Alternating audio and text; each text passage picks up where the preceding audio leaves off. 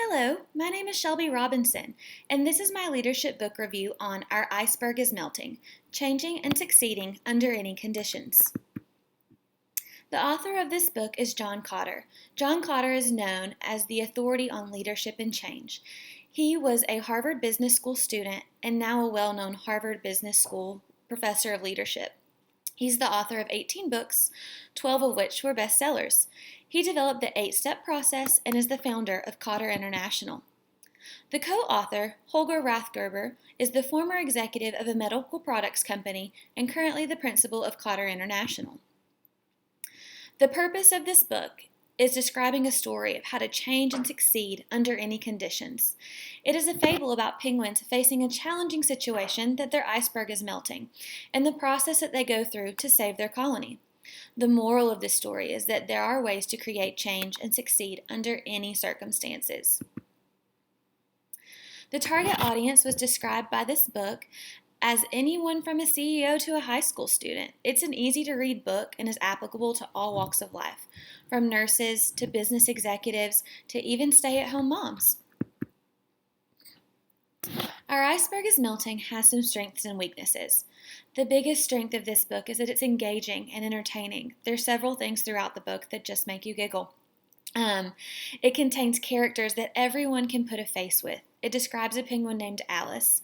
Alice is sitting in a meeting, tapping her foot, continuously checking her watch. I know that we can all think of somebody like that in our own workplace, someone who's always ready to go and not willing to hear any more of the conversation. Another strength of the book is that it tells a story with innovative ideas to initiate change. One of the skills to initiate change is to empower others.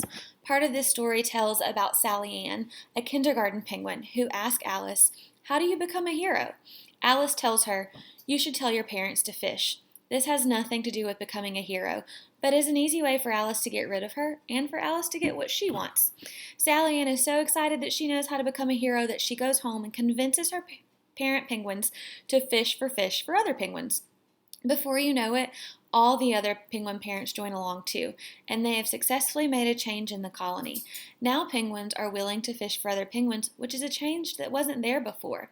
Sally Ann was able to initiate change by empowering her parents, who empowered others. This is an innovative way to make change. It also includes John Kotter's 8 steps of process of successful change. This is interesting because it provides a guideline for us as leaders to implement change. It also provides suggestions on how to implement this book into your everyday life or to your work life. Some shortcomings of this book are, although the 8-step process is including after the end of the novel, not all 8 steps are covered in the novel. It was really unique to read these 8 steps as a story versus reading them in bullet points. Reading them as a story really shows you how to implement them into your life. Only 5 of the 8 were included in the fable, but I wish that all 8 were. Another thing is that it really builds up the discovery of the problem and how to solve the problem, but it just kind of ends with the change. It doesn't talk about how to sustain a change. As leaders, I think this is really important. Once we're able to make a change, we need to know how to sustain it. I wish this book would have illustrated how to sustain change because it did such a great job of explaining all the other steps in the process. The objectives were never explicitly stated, but like the fable, the objectives are left open for interpretation.